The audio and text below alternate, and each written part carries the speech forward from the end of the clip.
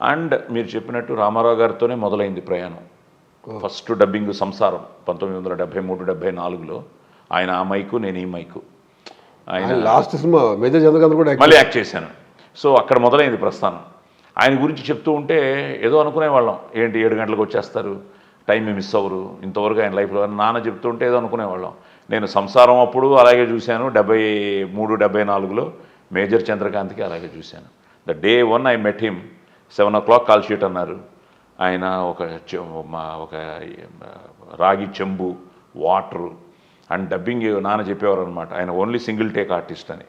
ఇలా పేపర్ వస్తే ఇలా చూసి మళ్ళీ పేపర్లో వెళ్ళిపోయేది, నెక్స్ట్ లూప్. అప్పుడు లూప్ సిస్టమ్.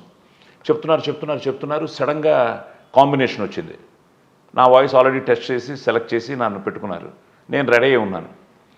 రెడీ అంటే లేదు సార్ మీతో కాంబినేషన్ ఎవరు అన్నారు. సాయి కుమార్ ఎవరు అన్నారు. ఇలాగా రెడీగా మీరు అన్నారు. రెడీ సార్ అన్నాను. వెళ్ళాను. ఆయనతో పాటు నేను ఫస్ట్ టేక్ చెప్పేశాను. వెంటనే నేను పిలిచి ఎవరు అబ్బాయి అన్నారు. ఇలా పీజే శ్రీరామ్ గారు అబ్బాయి అంటే, వెరీ గుడ్ మన అబ్బాయి, వెరీ గుడ్ బాగా చెప్తున్నావు అని అలాగ ఆయన బ్లెస్సింగ్స్తో మొదలయ్యి ఆ తర్వాత ఇండియాలో 1000 సినిమాలకు పైగా డబ్బింగ్ చెప్పాను. ఇండియాలో ఒక కమల్ హాసన్కి తప్ప అందరి సూపర్ స్టార్లకి డబ్బింగ్ చెప్పాను, అందరికీ వాయిస్ ఇచ్చాను. ఈవెన్ అమితాబ్ బచ్చన్ గారికి తెలుగులో చెప్పాను, మన చిరంజీవి గారికి తమిళ్లో చెప్పాను, మన బాలయ్య బాబుకి తమిళ్లో చెప్పాను, మన నాగార్జునకి తమిళ్లో చెప్పాను. ఇలాగ అందరికీ మ్యాక్సిమం ఇండియాలో ఉన్న సూపర్ స్టార్లు అందరికీ. సిల్వర్ స్టార్ ఫస్ట్ బ్లడ్ తెలుగులో డబ్ చేస్తే ఆ రోజుల్లో దానికి కూడా నాదే వాయిస్. హాలీవుడ్ సినిమాకి కూడా చెప్పిన ఘనత మీకే ఉంది అయితే లెక్క. సో అలాగా రామారావు గారితోనే మొదలైంది. ఆయన ఒక విధంగా ఆయన క్రమశిక్షణ. ఇప్పటికీ నేను టైమింగ్ అన్నది ఏది మిస్ అయినా టైం మాత్రం వాళ్ళు చెప్పిన టైంకి. అంటే ఒక ఆర్టిస్ట్కి అయితే ముందు టైం అయితే చాలా కీలకం.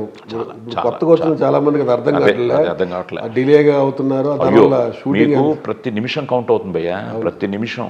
ఎలా అయిపోయిందంటే నాకదే ఇప్పుడు రామానాయుడు గారిని చూసినప్పుడు, వీళ్ళందరినీ చూసినప్పుడు వాళ్ళు టైం అవుట్డోర్లలో చలిలో, ఇప్పుడు నాన్న చెప్పేవారు అల్లూరి సీతారామరాజు గురించి, అంత చలిలో చింతపల్లి చలిలో కృష్ణ గారు 4 గంటలకు లేచి అందరినీ హనుమంతరావు గారు వీళ్ళందరూ రెడీ చేయించి 7 o'clock ఫస్ట్ షాట్ తీసేవారట.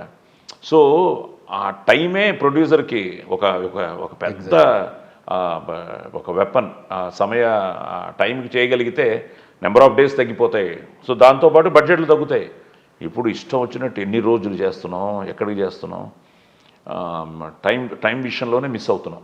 టైం ఉంటే